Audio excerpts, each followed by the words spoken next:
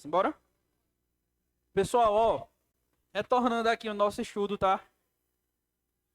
Ainda falando a respeito dessas características do sistema operacional Windows. Vamos lá. Paramos aqui na questão 11, não foi? Questão 11, vamos trabalhar o mesmo conceito que no primeiro encontro a gente já havia trabalhado, só que de uma forma diferente. Vamos lá. A respeito das características básicas do sistema operacional Windows, julgue os itens a seguir, no caso, o item.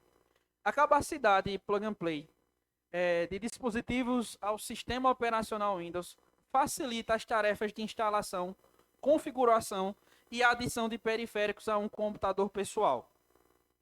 O Universal Plug and Play estende essa simplicidade para toda a rede, permitindo a descoberta e o controle de dispositivos e serviços em rede, como impressoras, a ela conectadas, gateways da internet e a equipamentos eletrônicos de consumidores.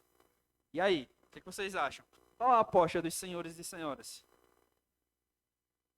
E aí, gente? Eu já vi dicas, gente, que quando a questão é muito explicadazinha, geralmente ela está certa. Eu não concordo muito não, viu? Já vi uma explicação tão grande ter só um errinho, mas encurtando o nosso caminho, essa questão está correta, tá? Nós temos lá o conceito de plug and play, que foi o que a gente trabalhou no nosso último encontro, né? E primeiro, olha, último e primeiro. Nesse contexto se aplica, né? Em que a gente trabalhou lá que plug and play é justamente a capacidade de um sistema operacional ele reconhecer novas conexões, novos dispositivos que você conecta a ele, sem a necessidade de reiniciar o sistema operacional ou até mesmo configurar alguma peça, né, no próprio funcionamento do computador. Quando a gente fala aqui do Universal Plug and Play, é justamente o conceito que também está presente hoje nos sistemas operacionais, presente no Windows inclusive, em que você consegue detectar, né, outros dispositivos compartilhados em rede. Inclusive a gente vê esse conceito inclusive lá dentro do Windows 7, não é verdade? Quem nunca compartilhou uma impressora? Pega uma impressora que está instalada em determinado computador e compartilhou ela, né, lá na rede. Beleza? Acontece até hoje. Né? Só que hoje a tendência é que as próprias impressoras já se conectem à rede diretamente, né? O que facilita o trabalho do sistema operacional. Beleza? Alguém me procurou aqui com uma dúvida, né, em relação a essa expressão gateway. Né? Eu falei que é justamente uma interface de rede. Lembra do conceito de interface? Temos três elementos pelo menos envolvidos, A e B, quer dizer, A e C, eu gosto sempre de falar assim, que não conseguiriam se comunicar sozinhas. Então precisa de um intermediário que faça essa ponte, essa comunicação. Então a ideia de gateway, imagina duas redes. Uma trabalha com determinado protocolo e a outra com um protocolo totalmente diferente mesmo. Então o gateway ele vem para quê? Para estabelecer a comunicação entre essas duas redes, beleza? Por isso que a gente fala aqui gateway de internet, né? A gente não precisa se aprofundar muito nesse conceito, não. O foco dessa questão é o quê? Lembrar o que é plug and play, tá? E entender que existe um conceito mais amplo, que é o universal plug and play, beleza? Que é conectar e usar e dar play. Bacana? Dando continuidade, pode passar aí, por gentileza.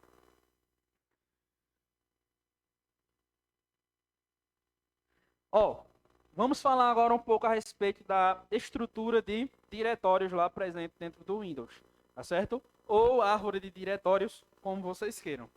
Lembrando que essas pastas aqui são as que têm mais tendência a cair no concurso de vocês, tá? Mais tendência. Eu estou sendo o quê? Redundante. Em que sentido? No sentido de acreditar que numa prova um pouco mais puxada, o examinador possa cobrar aqui essa estrutura. Uma vez que isso aqui ele é amplamente cobrado lá dentro do ambiente Linux. Então aqui a gente só está o quê? Mostrando para vocês, mas você não tem a obrigatoriedade de saber todas as partes. Seria o quê? Interessante, né? Muito bacana para você ir bem preparado para a prova. Mas a tendência é que esse assunto ele seja muito mais cobrado lá no contexto do sistema operacional Linux. Bacana? Então vamos lá. Ó, o diretório ou pasta raiz dentro do sistema operacional Windows é justamente lá o dispositivo que a gente escolhe para instalar o Windows, né? Que acaba sendo nomeado lá com o C, dois pontos, barra, ao contrário, ou contra barra, né? Tanto faz. Beleza? Se é o diretório raiz, significa que todas as outras pastas estarão contidas dentro dessa principal pasta. Lembrando, todas as outras pastas do próprio sistema operacional. De modo que, se você vier a conectar ali um pendrive ou qualquer outro dispositivo removível com o sistema operacional Windows, vai ser criada uma outra unidade. Vai ser montada dentro do sistema uma outra estrutura de diretórios, beleza? Esse é o princípio de quem? Do Windows. Lá dentro do Linux, a gente aprende que todo e qualquer dispositivo que você conecta ao computador vai ser montado dentro do próprio sistema, que é a pastinha lá que a gente chama de pasta de montagem, que é o MNT, tá? Lá dentro do Linux, tá certo? Então, aqui dentro do Windows, cada dispositivo tem sua pasta raiz. Que é a letrinha. Lembra da letrinha que eu falei para vocês que pode ser nomeada qualquer uma? Beleza. A lógica é o quê?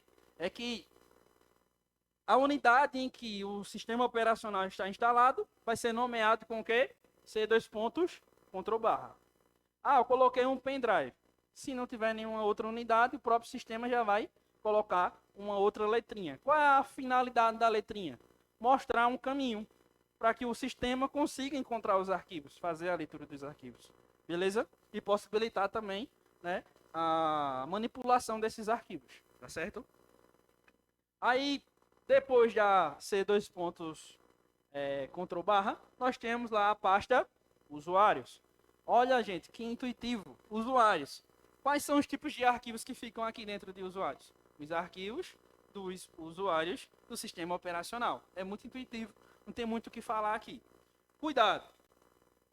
Quando a gente falar aqui nessa pasta Ctrl barra usuário, ela vai ser lá equivalente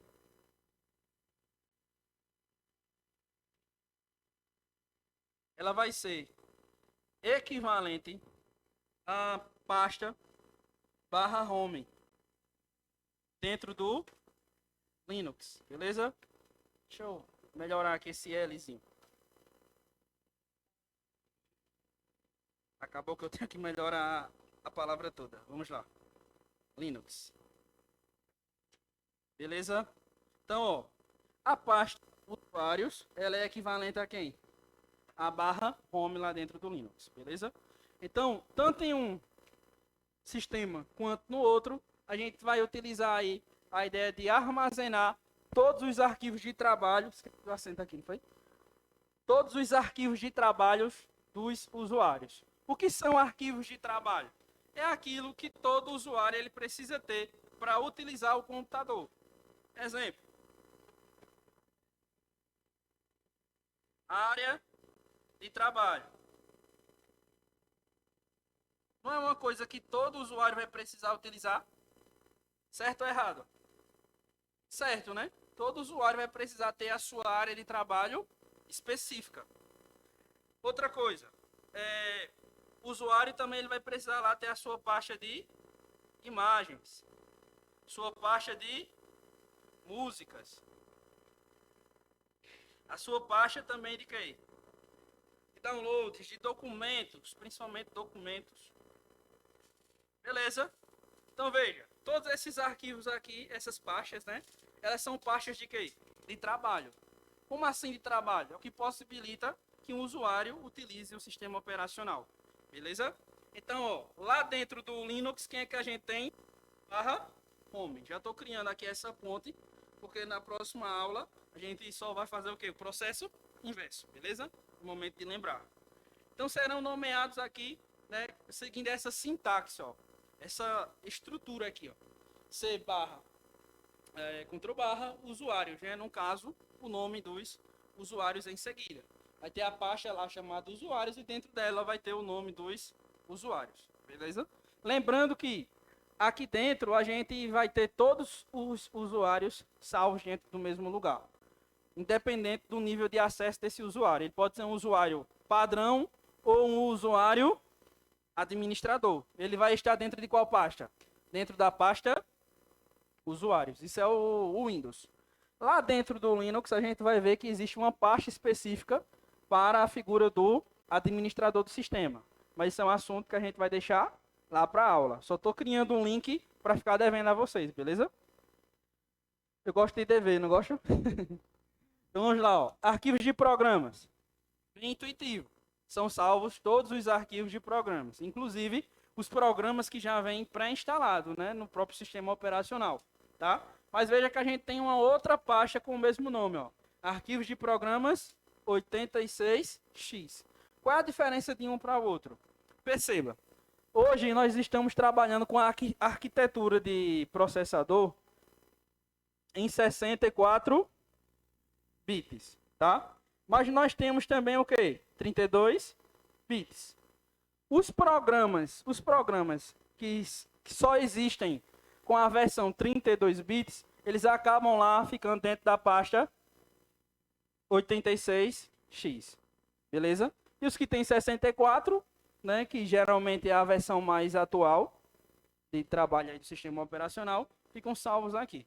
O que é que o examinador ele vai brincar aqui com você? O que é que ele vai tentar te levar a crer, né? Vai tentar te ludibriar aí, acreditar que aqui dentro só estão os arquivos ou os programas que já vieram instalados com o próprio sistema. Cuidado. Às vezes eu estou aqui explicando, né, que já vem os arquivos dentro do próprio sistema. Estamos focando no sistema, mas todo e qualquer programa que você instale vai vir ou para essa pasta ou para essa. Vai depender de qual critério? Da arquitetura, né, do suporte desse software, beleza? Se for um software projetado para funcionar em 64 bits, fica onde? Arquivo de programa. Se for 32, arquivo de programa 86x, beleza? E agora a pasta maravilhosa, que é a pasta Windows. Por que é maravilhosa? Olha o nome, Windows. O nome do sistema é o quê? Windows. Então a grande probabilidade de ser a pasta mais importante. Concordam comigo? Porque é aqui dentro que a gente vai ter, inclusive, a figura do kernel. Ou seja, o núcleo do sistema, ele vai estar aqui dentro. Beleza? Outra coisa. Aqui dentro nós encontramos também lá a figura do explorador de arquivos, né? Que é justamente a ferramenta que a gente usa para quê? Explorar os arquivos, né?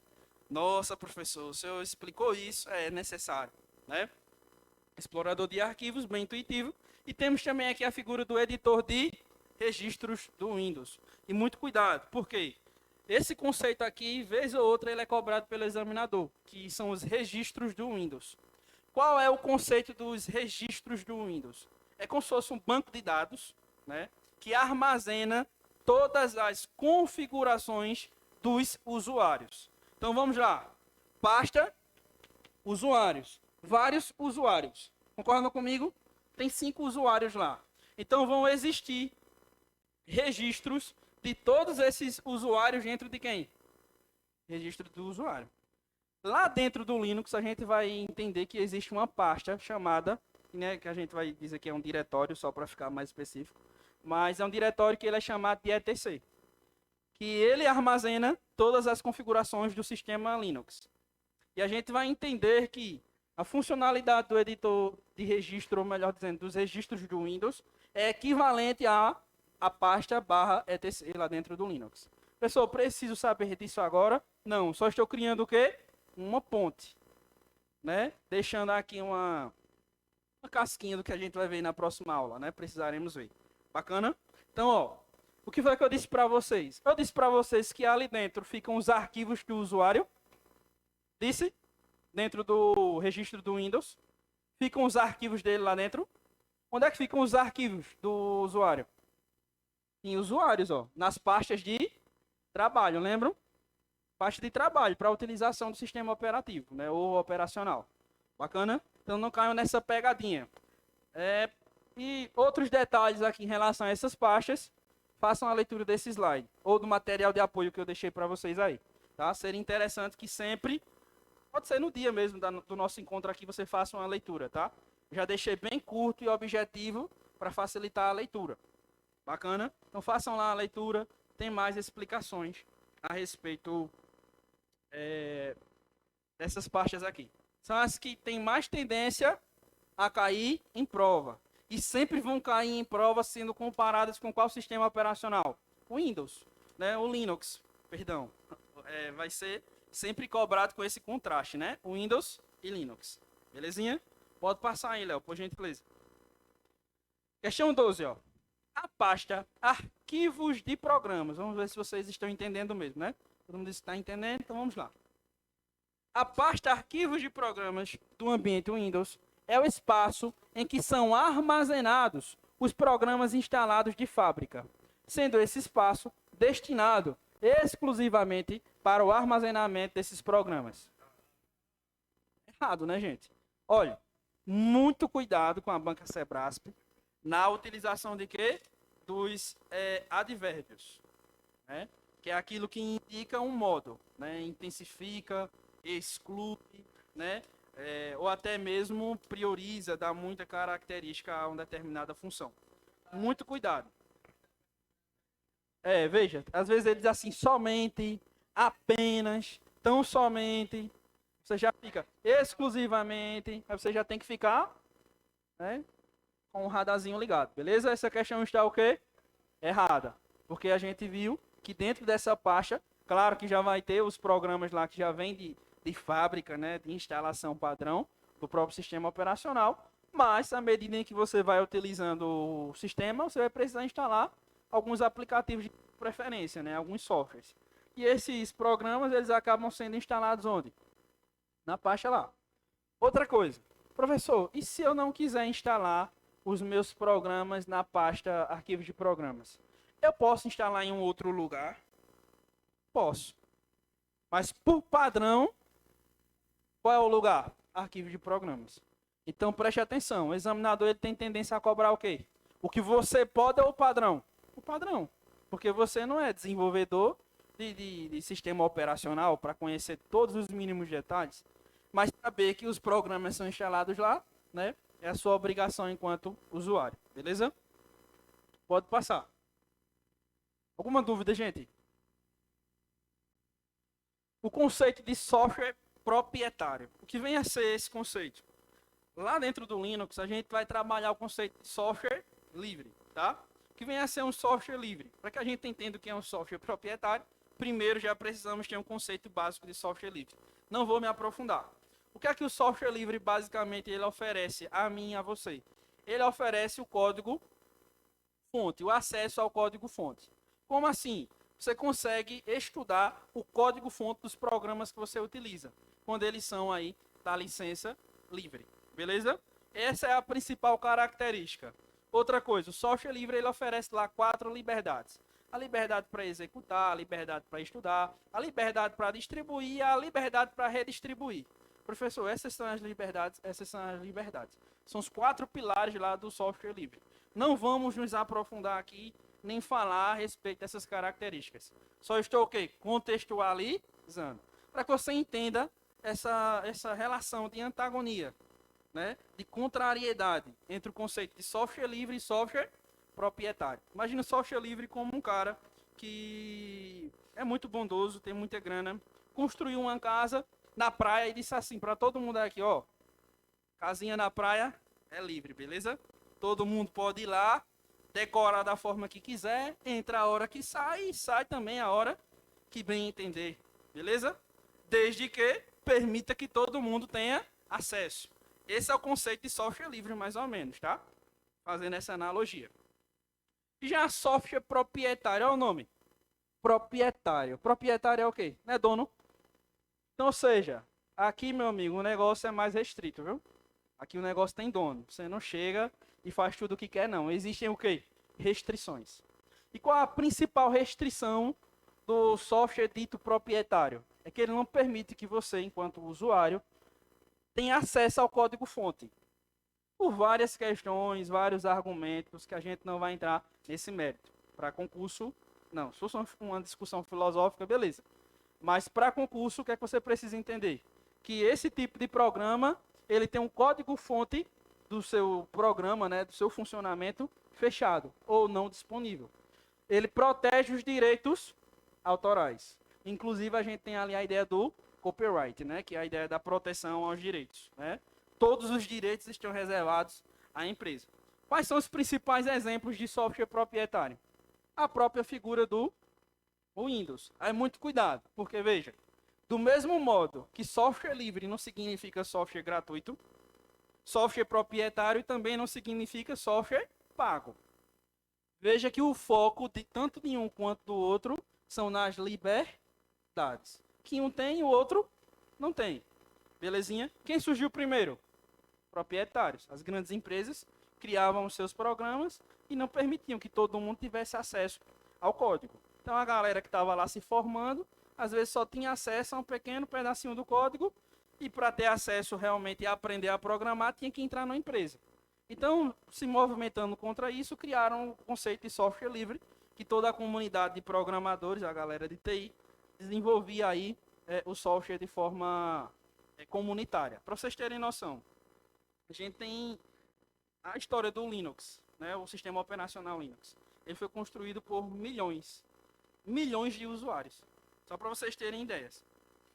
Terem ideias mesmo, né, a respeito da figura do Linux, tá? O que não acontece com o Windows. Acontece? Não. Porque o código ele é fechado. Só a galera que trabalha lá na Microsoft é que tem acesso, né? Os programadores deles. Beleza? Outros exemplos aqui de software proprietário. O pacote Office. A figura lá do Google Chrome, tá? E todos esses aqui, ó, eles são softwares proprietários. Ou seja, eles acabam bloqueando o acesso ao código-fonte. Mas notem uma coisa. O Windows, eu preciso pagar a licença? Preciso. Né? Para utilizar gratuitamente, né, é complicado. Você precisa pagar uma licença, essa é a regra. Tá certo? Só que hoje, né, o Windows 10 aí tem algumas discussões, está liberando também licenças, viabilizando o acesso à licença do sistema operacional. Mas o que é que você precisa levar para a sua prova? Que o Windows, ele é pago, não é gratuito. É software proprietário, pago. E o pacote Office? Também é um aplicativo específico que você vai ter que pagar aí, né, um determinado valor para usar por um determinado período de tempo. Ou você compra, né, a licença completa, que é o Office, ou você entra agora no novo conceito, né, da Microsoft, que é a ideia de oferecer aplicativos em nuvem, conectados à nuvem, ou seja, estão sincronizados sempre com a internet. Tá? Houve uma atualização no software, então ele já atualiza. Que tipo de programa é esse? Um exemplo, o Office 365, olha o nome. 365 são a quantidade de dias, não é isso? No ano.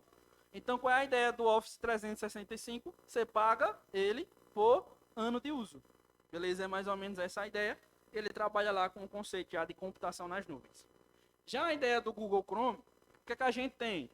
A ideia dele ser um software proprietário, porque não libera o código para todo mundo, tá? Mas ele é o quê? Gratuito. Então nós já temos aqui uma classificação, né? Que é a ideia do freeway, né? Que é a ideia do software proprietário gratuito. Bacana? Pode passar aí. Alguma dúvida, gente, em relação a isso aqui? Pessoal, nunca vi esse conceito. Calma, calma. Na próxima aula nós veremos novamente, só que focando em quem agora? No software livre, beleza? Questãozinha 13 aqui, ó. Ao contrário de um software proprietário, o software livre, ou de código aberto, né, que é um sinônimo para software livre, permite que o usuário tenha acesso ao código-fonte do programa, o que torna possível estudar sua estrutura e modificá-lo. O que no Linux é exemplo de sistema operacional livre usado em servidores. Certinho, né? Sistema operacional Linux, ele tem esse conceito de ser um software livre, ou seja, possibilita que qualquer pessoa que tenha interesse, né, em aprender como ele funciona, tenha acesso ao seu código-fonte, beleza? Essa é a característica aí do software livre. Bacana? Pode passar. Questão 14. A categoria de software shareware se refere a programas distribuídos ao usuário com tempo ilimitado de utilização. Qual foi essa prova? PM Alagoas, né? Que é o que vocês estão aí se preparando. Então essa questão, ela está certa ou errada? Errada, tá, gente? Por que errada? Porque geralmente shareware é um programa do tipo comercial. Como assim? ele é um software proprietário que existe com a finalidade de ser vendido. Só que antes de ser vendido, o que é que o cara que desenvolveu esse software ele faz? Ele permite que você utilize ele por um tempo, tá? Por um tempo, por um número de acesso específico, tá? É só para você provar, opa, é bom, não é bom, tá? Não é à toa que às vezes você tem aí programas que você utiliza por algumas pouquíssimas vezes e ele já diz, ó, não pode fazer mais nada, paga a licença, né? Se torne premium, né? Hoje tem muito essa ideia aí na utilização de software. Então vamos ver aqui a classificação. Acho que eu coloquei aqui para mostrar para vocês. Coloquei uma bem básica, mas que é bastante cobrada em prova, né? Porque veja, software livre é aquele que oferece total liberdade para modificação, para utilização, para vender o próprio programa, né, e ganhar dinheiro por meio da venda, tá certo? Já o software proprietário, ele oferece o quê? Restrições. Aqui agora a gente já vai trabalhar com a classificação dentro de quem? Dos softwares proprietários, beleza? Então vamos lá, ó. Freeway, né, que eu falei para vocês anteriormente. É o software gratuito, sem limitação de tempo ou número de acessos.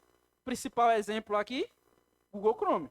Quem aqui já pagou ou teve que pagar uma licença para utilizar o Google Chrome? Ninguém. Às vezes o cara não paga nem para usar o que é cobrado, né? Imagina aquilo que é gratuito, né? Mas vejam, é gratuito. Então entra na ideia de quê?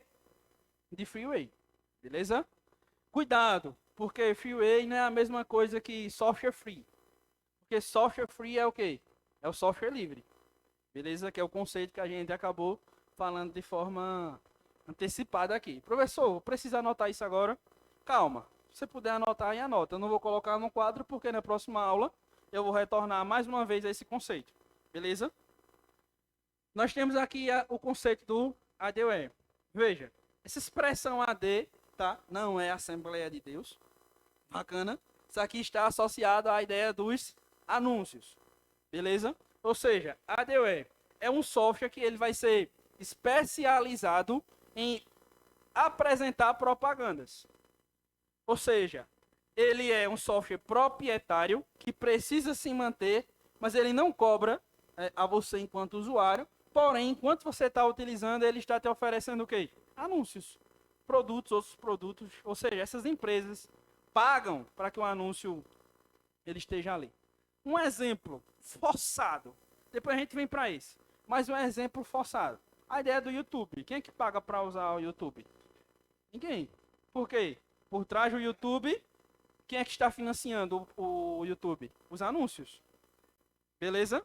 Só que hoje a gente já tem, né, a ideia do YouTube Premium, que você vai pagar para não ter nenhum anúncio. Eu prefiro ter um anúncio lá, né? E pula, né? Ou existem também outras alternativas que eu não vou falar aqui em vídeo, não. Quem tiver dúvida depois, pergunta aí. Mas vamos lá, ó. Temos aqui a figura do ADWare, beleza? Muito cuidado. Eu citei a figura do YouTube. Nós temos também a ideia do MSN, né? Alguém já usou isso aqui só para ver a idade do povo? Boa, muito bom. Lá era gratuito, né, pra gente utilizar. Mas sempre tinha alguma ideia de anúncio, a galera pagava, né, para anunciar alguma coisa enquanto você estava conversando. Beleza? Então, qual é a ideia? Você está utilizando um software, só que o software está sendo o quê? Financiado por uma outra pessoa, né? Por uma empresa, geralmente. Aí, muito cuidado. Por quê? Talvez muita gente tenha estranhado. Professor, você está falando em ADWare, mas eu aprendi que é o quê? Um software malicioso. Aí, muito cuidado. Por quê? Se você encontrar lá num contexto falando sobre malware, e citar o ADWare, você vai classificar ele como malware sim ou não? Sim. Porque está considerando a possibilidade desses anúncios aqui, eles terem uma natureza maliciosa. Veja que sacana, né? O cara ganha dinheiro com anúncio e ainda apronta com você. Né? Então, muito cuidado. Então, ó, aí ele vem aqui, né? Oferece os anúnciozinhos dele, só que por trás ele está fazendo o que a gente chama de espionagem, beleza? Tá vendo ali todo o seu comportamento na internet e tá mandando aí para um atacante, né? Para um criminoso cibernético, beleza? Então, anota aí, né, no seu resumozinho, que ele pode ser classificado dessa forma, que é a originária, como ele também pode ser apresentado como um malware, né? No caso, malware, nesse caso aqui, é um gênero, né? A gente está falando de um tipo bem específico aqui, que é a ideia do spyware. Beleza? Spyware faz o quê? Espionagem. Certo? Ele espiona. Pode ser uma pessoa, como também pode ser o quê? Uma empresa. Ele está espionando. Muito cuidado, porque o Sebrae vai fazer o quê nesse tipo de questão? Vai dizer que o spyware ele é utilizado para espionagem empresarial. Errado. Não é somente empresarial. Pode ser usado? Pode. Mas é qualquer tipo de espionagem, né? Beleza? E nós temos aqui o shareware, que é justamente a ideia da nossa questão, né? Que nos trouxe a toda essa ideia desses conceitos. Então, ó, qual é o conceito de shareware? É um programa comercial, como eu falei para vocês, só que ele é disponibilizado com algum tipo de limitação. A questão diz que era o quê? I, que é o erro. Mas tem algum tipo de limitação. Pode ser uma limitação de tempo ou uma limitação de quê? De acessos. Beleza?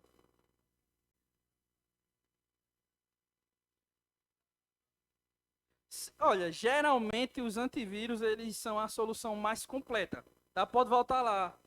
Já voltou na questão? Sim, ó, lá o erro da questão, ilimitado, tá? Aí, Leandro me fez uma pergunta aqui interessante, pode passar. Leandro me perguntou algo bem interessante a respeito do spyware, né? Que eu associei ao ADware, né? Nesse contexto de malware. Perguntando se o antivírus nativamente, né? Da forma como ele já vem instalado, ele é capaz de perceber o spyware. Sim, né? A solução antivírus é a mais completa em termos de segurança, né? Só que a gente também tem o quê? Os programas de segurança específicos. Anti-phishing, anti-spyware, ou seja, vai ser um programa especializado. Só que quando a gente fala em antivírus, a gente está falando de uma solução o quê? Genérica para todo e qualquer tipo de malware. Beleza? Por exemplo, o Windows Defender, ele era o quê? Anti-spyware. Ou seja, ele era especializado somente em um tipo de malware, que é a ideia da espionagem. Só que quando ele se tornou agora, né, no Windows 10, antivírus, significa que ele consegue detectar qualquer tipo de ameaça. Beleza?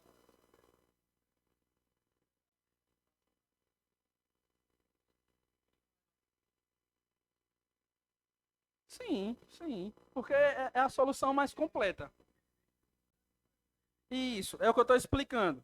Veja, são especialistas. Beleza? Esses são os especialistas. Para esse tipo, ele só combate esse tipo. Quando a gente fala antivírus, aí você está englobando tudo. Tudo. Beleza? Conceitualmente é isso. Bacana? Tirei tua dúvida. Então, ó, a figura do shareware, qual é o mais famoso aqui? O WinRAR, né? Que todo mundo utiliza por um tempo e nunca paga a licença. Né? E geralmente é bem cara a licença dele. Mas veja, ele tem uma ideia de limitação. Só que é limitação em relação a quê?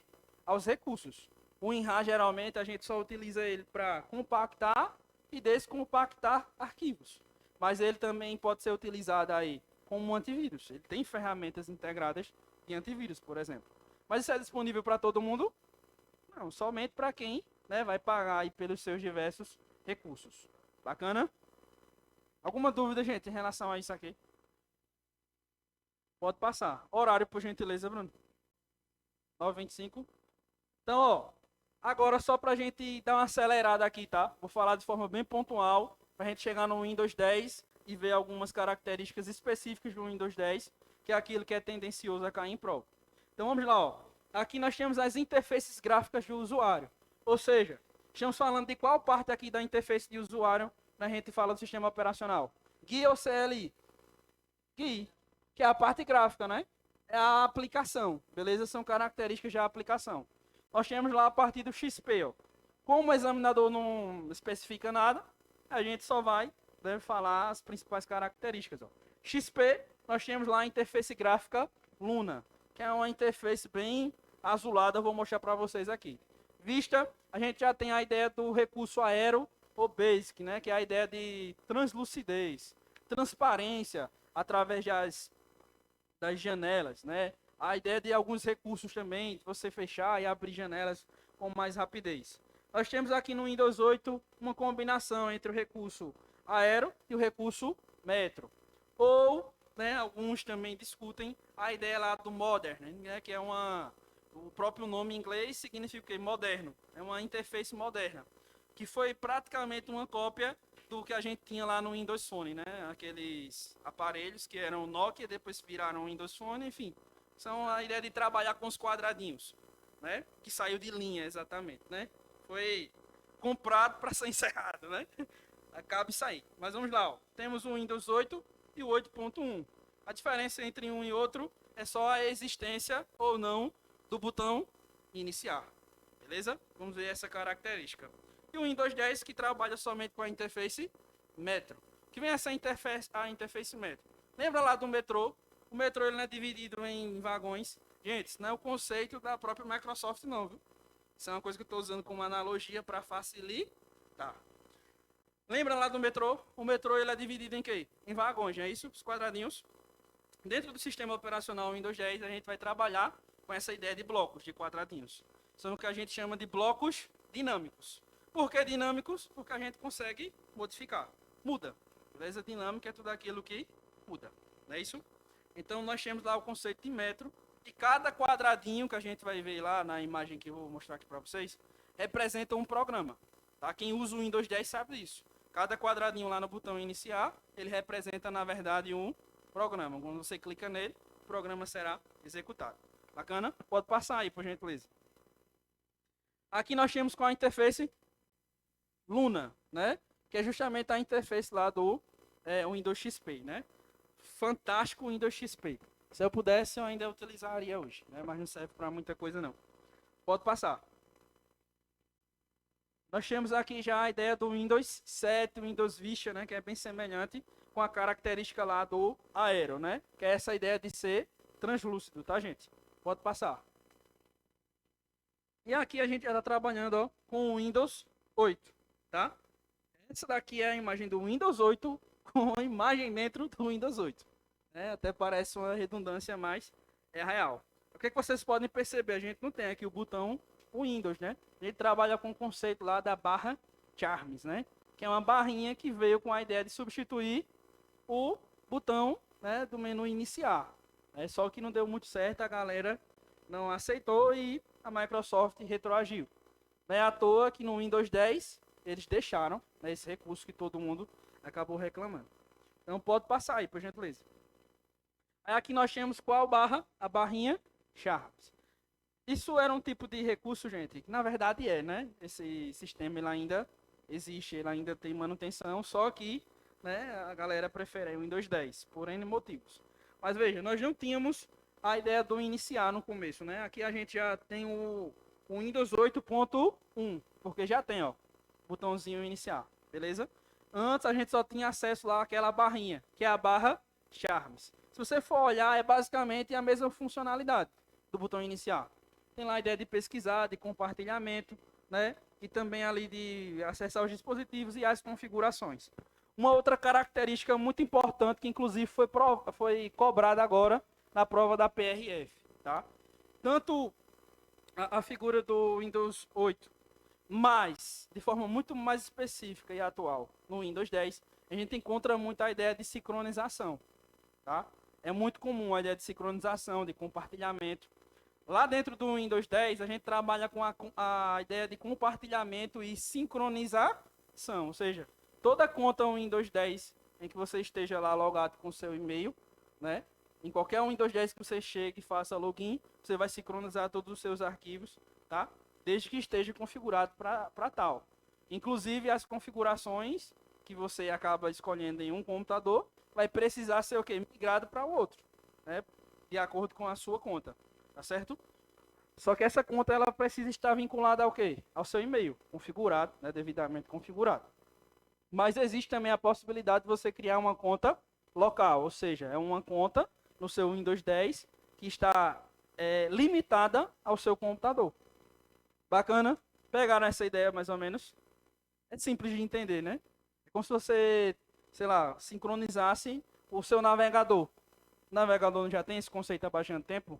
Chrome, agora o Edge também, você sincroniza suas preferências, só que isso vai ser aplicado a quem? Ao Windows 10. Veja o momento em que a gente tá experimentando, né, gente, em termos de tecnologia. Tudo está associado à internet. Hoje eu não preciso ter um supercomputador.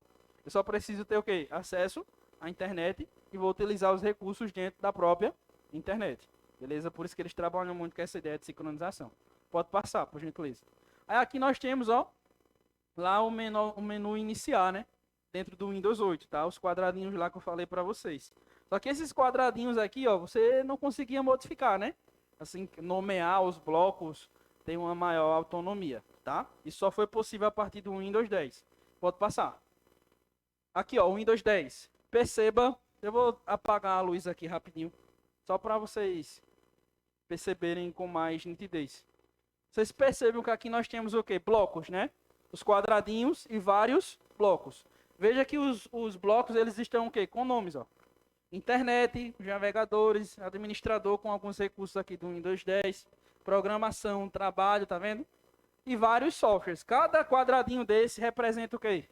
Um programa. Se você clicar nele, né, o programa vai ser inicializado. Beleza? Além disso, um outro termo que pode ser utilizado como sinônimo, tá? Para representar esses quadradinhos. É a ideia dos tiles. Tá certo? Cada quadradinho desse, a gente pode chamar ele de tile, beleza? Pode passar. Daqui nós temos a área de trabalho do Windows 10, né? A área que aparece lá de forma nativa assim que você instala. Aqui nós temos os ícones, lixeira, se aplica a mesma coisa. O que é que a banca Sebrasp gosta de cobrar aqui nesse aspecto? Justamente o conceito de quê? De barra de tarefas. Beleza? Nós temos aqui a barra de tarefas. Aí veja que a gente tem aqui a ideia de pesquisar, botão iniciar, o botãozinho da Cortana, né? A Cortana é assistente digital ou virtual presente no Windows 10, que existe com a finalidade de lhe ajudar. Trabalha com o conceito de inteligência artificial. Temos também aqui a visão de tarefas, ou seja, você pode criar várias áreas de trabalho digitais. Você tem essa área de trabalho, está executando um programa e pode criar várias áreas de trabalho, né, de forma simultânea, né, e abrir vários programas diferentes, né, desde que o seu computador aguente, né? Tem esse detalhe aí, tá? E além disso nós temos o Edge, que entra em cena aí, tomando o lugar do Internet Explorer. Até o Windows 8, o navegador padrão do sistema operacional Windows era justamente o Internet Explorer. Com o advento do Windows 10, o Edge ele se tornou o navegador padrão e o Internet Explorer agora se tornou um acessório do Windows, ou seja, é um navegador que já vem, ainda vem, né? Porque alguns sites foram desenvolvidos para funcionar somente com ele, tá? Mas ele começa agora a ser tratado não como um software essencial para o funcionamento do computador, mas como um acessório, ou seja, é algo que você pode dispensar, tá? Pode passar aí. Por gentileza. Aí aqui, ó, no menu iniciar, né, você vê que estão aí todos agrupados dessa forma. E uma outra característica também muito abordada em prova é a forma como os aplicativos eles são apresentados dentro do Windows 10, de forma alfabética, tá? Organizados de forma alfabética. Pode passar. Aí nós temos a figura da Cortana, que eu já falei para vocês, assistente pessoal virtual, né, baseado no conceito de inteligência. E você pode fazer várias ações, né, por meio de comando de voz ou textual, solicitando a ela. Enviar lembretes, enviar e-mails, abrir programas, né, e pesquisar por voz ou texto. E temos aqui o botãozinho Cortana. Aí você vai ter que configurar, né, para que ela conheça a tua voz, né, entenda que você está falando com ela. Enfim, pode passar, Bruno. Aqui nós temos outras novidades, né, por meio do Windows 10. A ideia da Microsoft Store, né, que é a nova loja, né, presente dentro do próprio Windows 10, que inclusive é por meio dela que a gente vai instalar quem? A figura lá do Linux, lembram? Para rodar em cima do próprio sistema, depois que você configurar. O OneDrive, que já vem instalado por padrão, que é a nuvem da Microsoft, lembram disso? É a nuvem da Microsoft, que permite a sincronização. Um aplicativo de dicas, além de prometer aí quase 30% de uma inicialização mais rápida, tá? Aí nós temos o Windows Hello, ou Hello, enfim, né? que promete uma entrada no sistema operacional pelo menos 3 vezes mais rápida. Aí, cuidado, porque veja, você não vai configurar apenas uma senha. Você pode configurar uma senha. Você pode também usar o reconhecimento facial, desde que o seu computador tenha o dispositivo para isso, né? Não tem como fazer mágica, você só tem lá o computadorzinho lá da Xuxa, que eu gosto de brincar, né? Bem básico. Então, esses recursos aí, eles vão ficar um pouco de lado, tá? Nós temos a ideia da impressão digital, entrar também na conta por meio de uma imagem, senha ou um PIN, né? Que seria um códigozinho lá pequeno. Pode passar, mano. Aí aqui, mais uma vez, o Microsoft Edge, né? Só para a gente lembrar, tá certo? Nesse contexto, o Edge, esse Edge aqui, né? Que é a nova versão, a versão atualizada. A gente tinha lá um antigo que era baseado em Legacy. Só que esse daqui ele é baseado em software livre.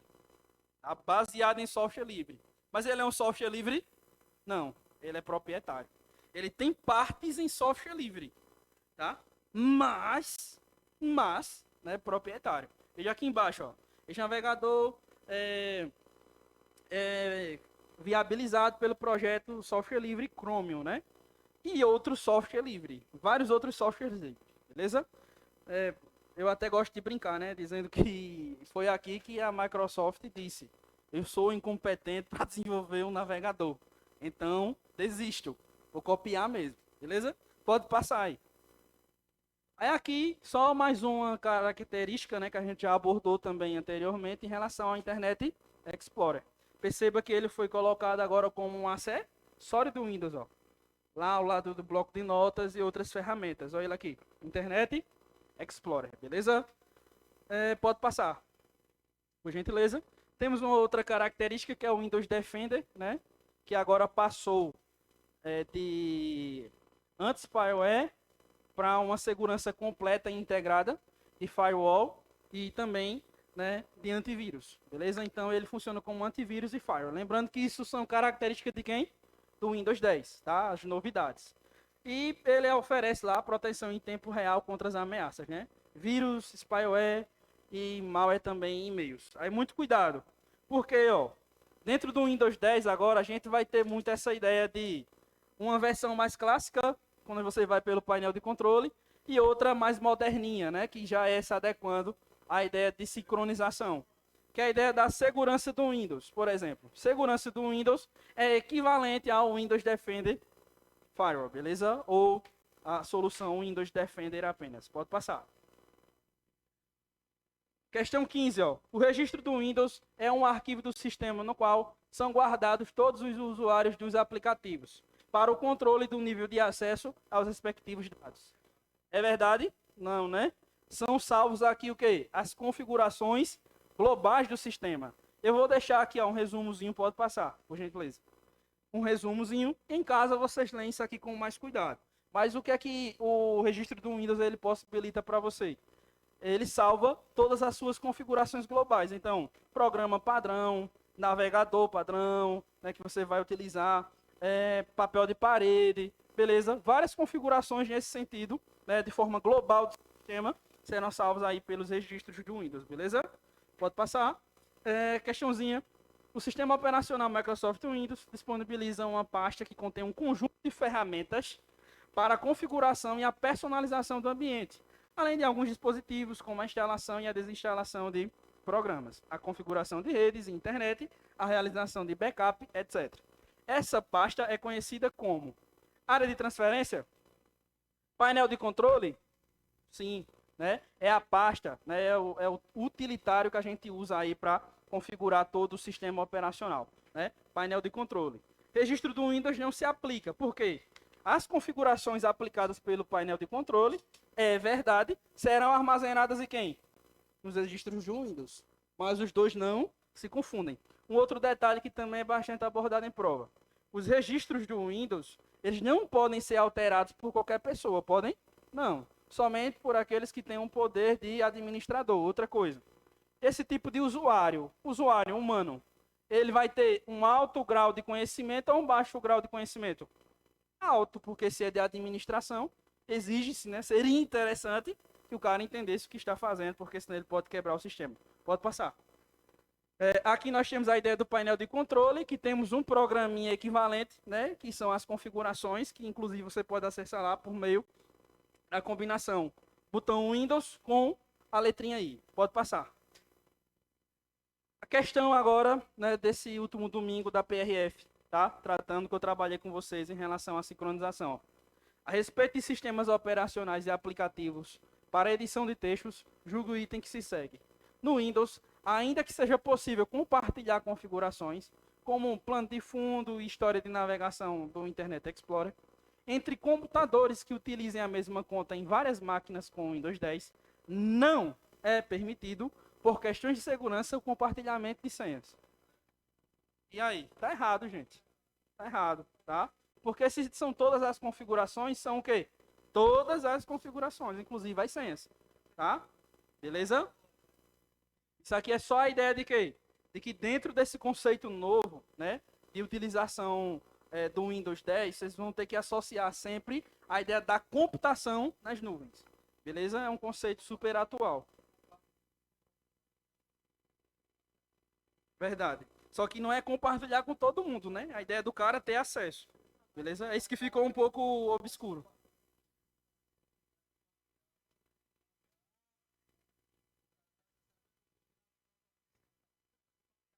Aí é outra. Qual horário?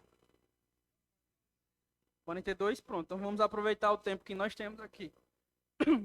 Ó, gente, aí o painel de controle segue o mesmo padrão que acontece lá nas outras versões do sistema operacional. Beleza? Painel de controle, os programas aqui, né, eles são divididos em grupos com finalidades que se complementam, né? Aproximadas. Veja, sistema e segurança. Dentro do sistema e segurança, a gente vai ter lá a ideia de backup, a ideia de atualização do próprio sistema, beleza? Rede, internet, configurações de rede e de internet, tá? Não necessariamente configuração a respeito do navegador, tá? Pode acontecer, mas não. A ideia de hardware e sons, né? Que é aqui onde você configura e o examinador gosta de cobrar isso, tá? A ideia da impressora, a ideia do próprio mouse, né? Você pode alterar a velocidade do seu mouse. Pode ou não pode? Pode. Por meio de quem? Hardware e sons, beleza? E programas para instalar e desinstalar programas. Pode passar aqui. Questãozinha 17. Apresentou ali uma imagem, vamos lá. Ao se clicar o ícone Sistema e Segurança, é possível verificar as configurações do Windows Update. Certo, né? Certinho. Pode passar. Questão 18. Para executar o navegador Internet Explorer, é suficiente clicar o ícone Rede Internet. Nada a ver com nada. Aqui é configuração. A gente fala do Internet Explorer, é um software específico para navegação. Pode passar.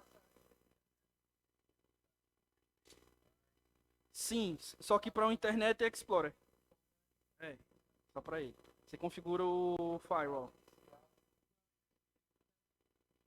Só que geralmente é mais aplicado ao Internet Explorer. Dessa página inicial. Você vai ver que é a caixinha do Internet Explorer. Entendeu? Pode passar aí. Passa isso aqui que são as formas de apresentar. Aí vejam, para acessar lá o painel de controle com o nome configurações, né, que é a mesma coisa, tem a mesma funcionalidade, meu Deus. O cara apressado começa a enrolar as palavras. Perdão, viu?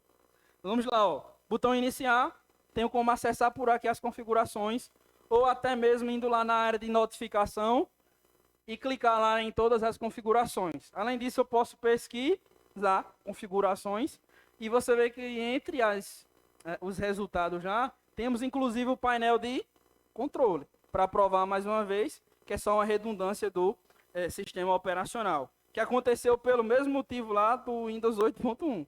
Não tinha painel de controle, os usuários disseram que, oxe, como é isso, Microsoft? Aí eles voltaram, né? E colocaram o painel de controle, então você acessa dos dois modos. Pode passar. E aqui, ó, configurações do Windows, sistema, dispositivos, né? Hardware e som. Aí nós temos a ideia de sincronizar, ó, de conectar o telefone, né? O seu smartphone diretamente à conta Windows. Tem essa possibilidade. Tanto o iPhone como também o Android, rede internet, personalização, privacidade, né, que é interessante a gente sempre ver essa questão aqui, né, sobre as permissões de câmera, de vídeo, de localização, Um novo item aqui, ó, jogos, né? Porque a Microsoft já associa a ideia lá do Xbox, né? Ou Xbox, enfim. Atualização e segurança, onde a gente vai ver toda a questão de atualização do sistema, tá? O botão lá Cortana, né? A opção Cortana, contas, facilidade de acesso, que já é associado à utilização do sistema operacional por pessoas que têm algum tipo de deficiência. Geralmente está muito associado a isso. Pode passar. Questão 19. No ambiente Windows, os arquivos criados pelo usuário na própria máquina são automaticamente armazenados na pasta Meus Documentos, enquanto os arquivos baixados na internet, ou seja, os que não são criados pelo usuário, ficam armazenados na pasta Downloads. E aí, certo ou errado? Errado, gente. Por quê? Quando você cria um arquivo, o sistema operacional ele vai permitir que você escolha onde salva. Só que como o examinador já é ruim de nascença, o que é que ele faz? Quando você vai salvar um arquivo, se você nunca salvou antes, o que é que acontece? Geralmente ele abre dentro da pasta documentos. E se você não selecionar nenhuma outra pasta e colocar para salvar, ele salva lá. Essa foi a pegadinha, entendeu? Mas você pode salvar em qualquer lugar, beleza? E tem um outro equívoco quando diz que qualquer outro arquivo vai ser movido para a área de downloads. É verdade isso? Não, somente os baixados, tá? Pode passar. Aí aqui a gente já entra na ideia do WinZip, né? Que é o programa que por padrão já funciona de forma nativa dentro do Windows.